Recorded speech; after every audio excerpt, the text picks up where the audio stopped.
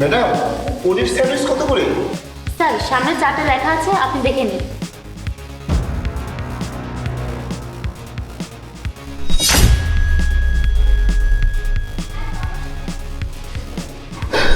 কি 900 টাকা?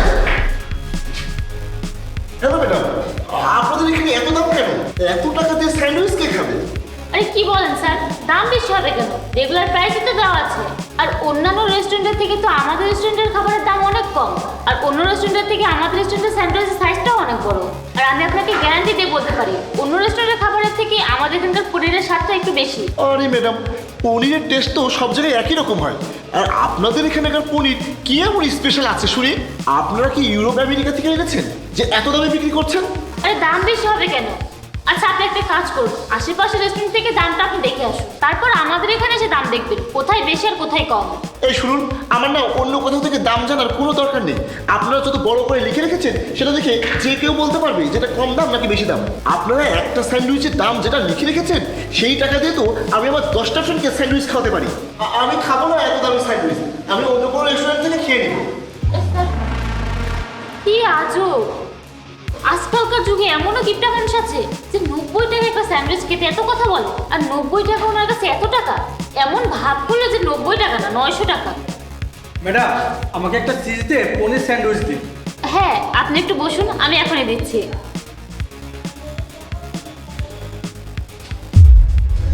রে বাপরে, একটা স্যান্ডউইচের 900 টাকা? জি বলুন।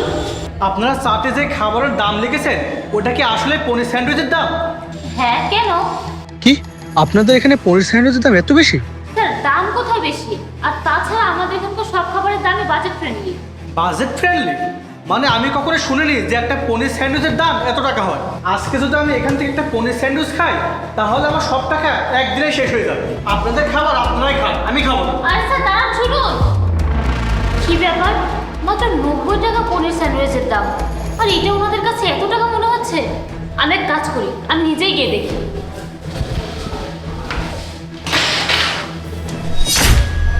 900 টাকা? আরে স্যান্ডউইচের দাম তো 90 টাকা ছিল, এটা 900 টাকা কি করলো? কিন্তু এত বড় গোলমেল কি করলো? 90 টাকা থেকে 900 টাকা? এক কাজ করি, আমি সিসিটিভি ফুটেজ চেক করি।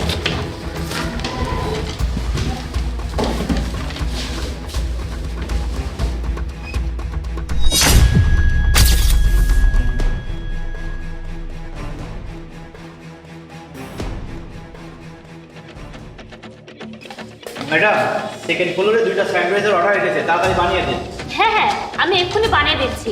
তার আগে তুই আমাকে একটা কথা বল, তুই কবে থেকে সিনেমাতে কাজ করা শুরু করলি? কি যে বলেন ম্যাডাম, আমি যদি সিনেমাতে কাজ করতাম তাহলে আপনাদের এখানে কাজ করতো কে? মিথ্যা কথা বলিস না, আমি নিজে তোকে দেখেছি, তুই কত ভালো অ্যাক্টিং করতে পারিস। আয় দেখ। কি ম্যাডাম, সত্যি আমাকে দেখেছেন? কই আমাকে দেখান তো। দেখ দেখ কত সুন্দর অভিনয় করেছিস। কি হলো, কোথায় পালাচ্ছিস? আগে তুই বলে যা, কেন তুই এরকমটা করলি? যেখান থেকে তোর সংসার চলে তুই সেখানে এত বড় গাদ্দারি কেন করলি? ম্যাডাম প্লিজ আমাকে ক্ষমা করবেন।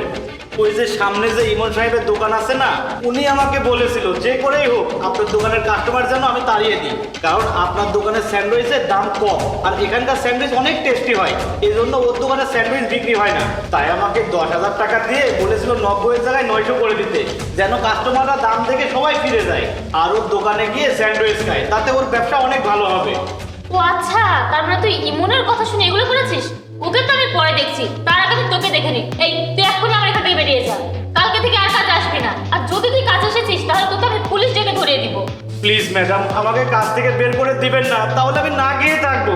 আমি আমার ভুলটা বুঝতে পেরেছি, প্লিজ ম্যাডাম আমি ওর টাকা ফিরিয়ে দেবো। প্লিজ ম্যাম আমাকে বের করে দিবেন না। আর একটা কথাও না, তুই এক্ষুনি বেরিয়ে যা, বেরিয়ে